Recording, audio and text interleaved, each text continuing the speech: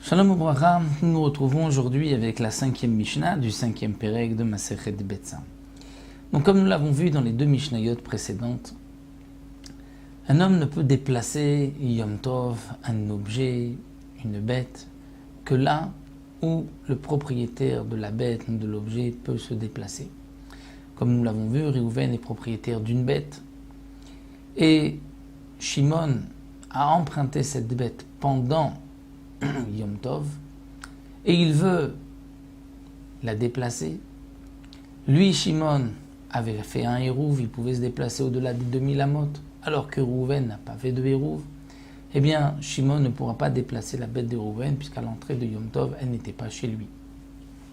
La Mishnah nous dit à Gachelet, lorsque quelqu'un prend une braise de son ami, Réhouven de Shimon, est-ce qu'on peut déplacer la braise là où Réhouven peut se déplacer, ou là où Shimon, le propriétaire, peut se déplacer? La Mishnah nous dit Kiragla Be'alim, comme les pieds du propriétaire. Là où Shimon peut se déplacer, on peut déplacer la braise.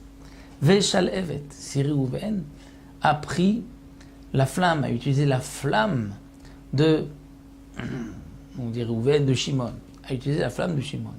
Est-ce qu'on peut ensuite déplacer cette flamme là où Réhouven peut se déplacer, ou là où Shimon peut se déplacer? Là, la Mishnah nous dit Bechol Makom. Shalevet, la flamme Bechol Makom, dans tout endroit. Pourquoi?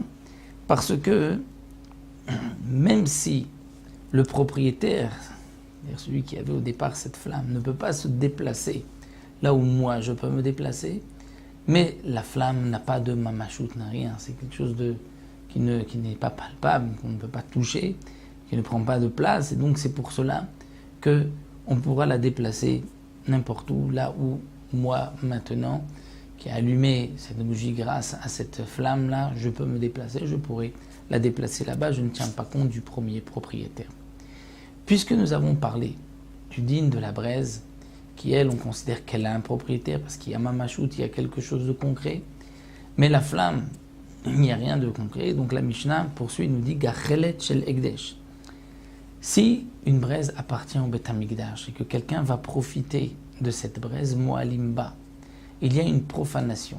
S'il y a une profanation de ce qui appartient au Beth Amikdash, si quelqu'un en a profité, il s'est réchauffé à côté de cette braise, il devra apporter un korban hacham pour avoir profané, utilisé ce qui appartenait au Beth Amikdash. Meshal Evet, si quelqu'un vient profiter d'une flamme du Beth Amikdash, il veut allumer quelque chose à partir de cette flamme du Beth Amikdash, là on nous dira lo ne'enim velo moalim. Il n'y a pas de meila, de profanation, parce que la chalevet, la flamme, n'a rien, n'a pas de mamash. Mais malgré tout, midé rabanan lo ne'enim, on n'a pas le droit d'en profiter. Les chachamim ont fait une gzera, les chatrila n'en profitent pas. De même, la Mishnah nous dit, c'est marqué entre parenthèses, mais amotzi gachelet l'irshut arabim patrayav, chalevet patour.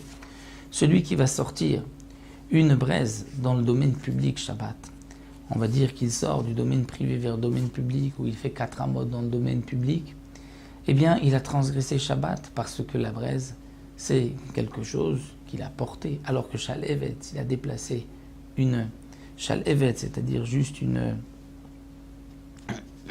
flamme, il a poussé une flamme dans le domaine public, et la flamme, on va dire, s'est rendue dans le domaine public, eh bien, il est patour parce qu'on considère que la flamme n'a pas de mamachout.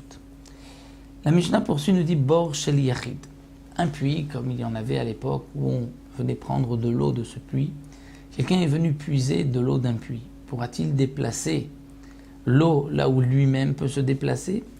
Alors, nous dit la Mishnah, si c'est le bord du yachid, bord d'un particulier, de quelqu'un qui lui a dit tu peux te servir de mon puits, alors kiragla yachid, comme les pieds du propriétaire de ce particulier, du propriétaire de l'eau.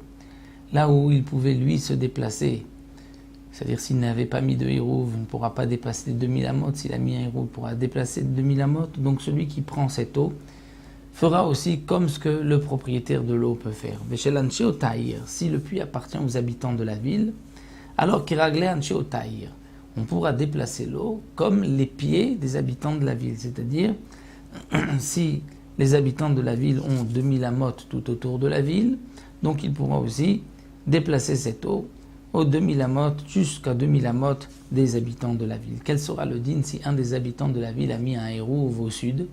Est-ce qu'il pourra quand même déplacer au nord de la ville jusqu'à 2000 amot? Ça, c'est une marloquette rishonim, mais est-ce qu'on tient compte même d'un particulier qui donc empêchera les autres de se déplacer au nord, puisque lui aussi a une part dans l'eau? On dit non, ça appartient à tout le monde et tout le monde a 2000 amot autour de la ville. Un dernier point, Veshel Olé Babel. Il y avait des puits qui servaient au Olé Babel, c'est-à-dire à tous ceux qui montaient de Babel, c'est-à-dire, le Barthénois nous explique, les habitants de la Gola de Babel avaient fait donc, des puits, et ces puits-là, pour les passants, est utilisé par les passants,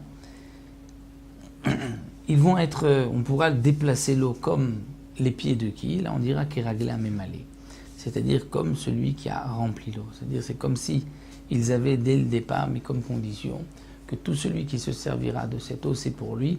Donc si lui a mis un hérouv, il pourra lui déplacer l'eau là où lui-même peut se déplacer, parce que cette eau appartient à tout celui qui s'en servira. Ce n'est pas comme l'eau des habitants de la ville, où là c'est collectif à tous les habitants de la ville. Là, ça a été fait pour tous les voyageurs, donc celui qui prendra de l'eau pourra déplacer l'eau là où lui-même peut se déplacer.